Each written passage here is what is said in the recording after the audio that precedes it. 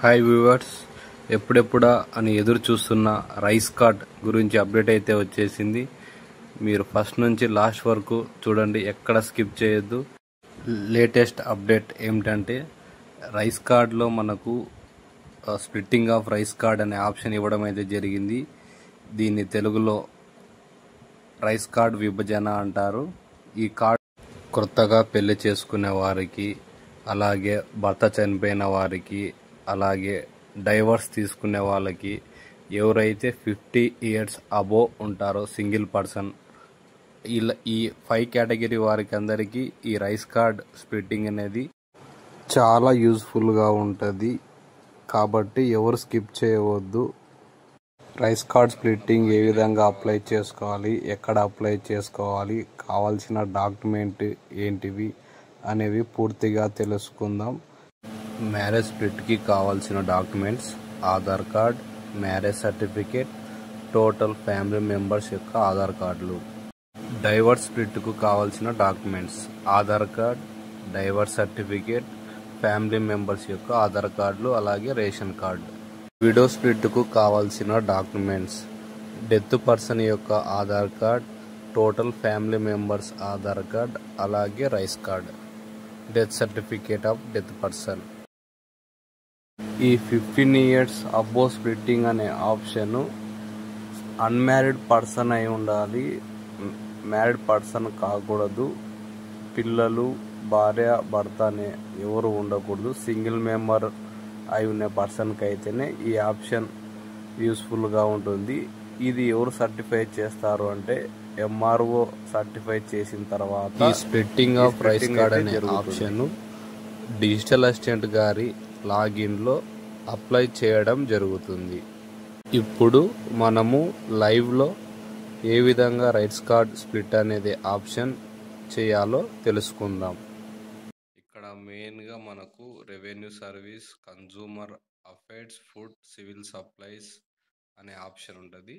ఈ ఆప్షన్ మీద క్లిక్ చేసినప్పుడు మనకు 3 ఆప్షన్లు ఉంటాయి. న్యూ రైస్ కార్డు, ఈ న్యూ రైస్ కార్డ్ వచ్చేసి ఓన్లీ మైగ్రేటెడ్ వర్కర్స్ మాత్రమే. ఇంకో సెకండ్ ఆప్షన్ వచ్చేసి splitting of rice cards. Third option వచ్చేసి షాప్ రెన్యువల్ అప్లికేషన్.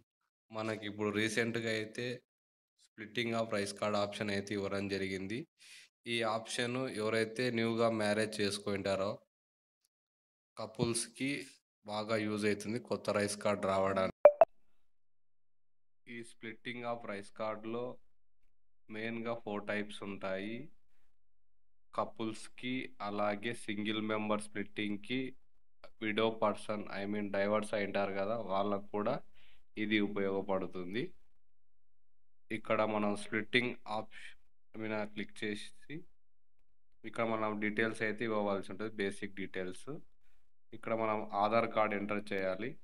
మన 12 digit ఆధార్ నెంబర్ ఎంటర్ చేసిన తర్వాత గెట్ డీటెయిల్స్ మీద క్లిక్ చేయాలి.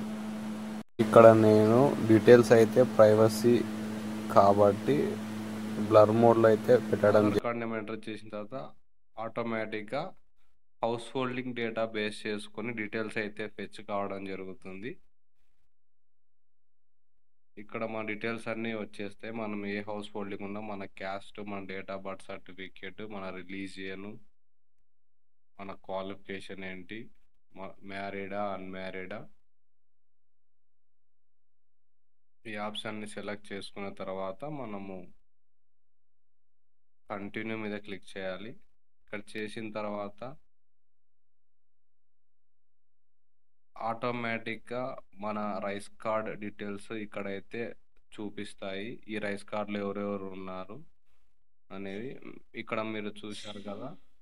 ఇక్కడ మెయిన్గా రైస్ కార్డ్ స్ప్లిట్టింగ్ టైప్ అని normal split, widow split, divorce split, single member split, marriage split, ఇలా టోటల్గా మనకు 5 రకాల స్ప్లిట్ ఆప్షన్ అయితే ఇవ్వడం జరిగింది. ఇక్కడ మనము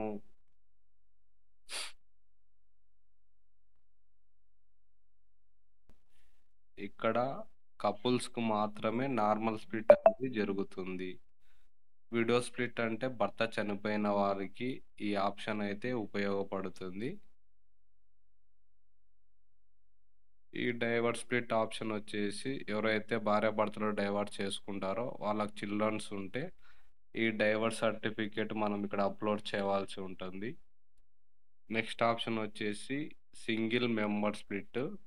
ఈ సింగిల్ మెంబర్ స్ప్లిట్లో మనకు మొత్తం 4 రకాల స్ప్లిట్టింగ్స్ ఉంటాయి సింగిల్ మెంబర్ స్ప్లిట్ కావాలంటే.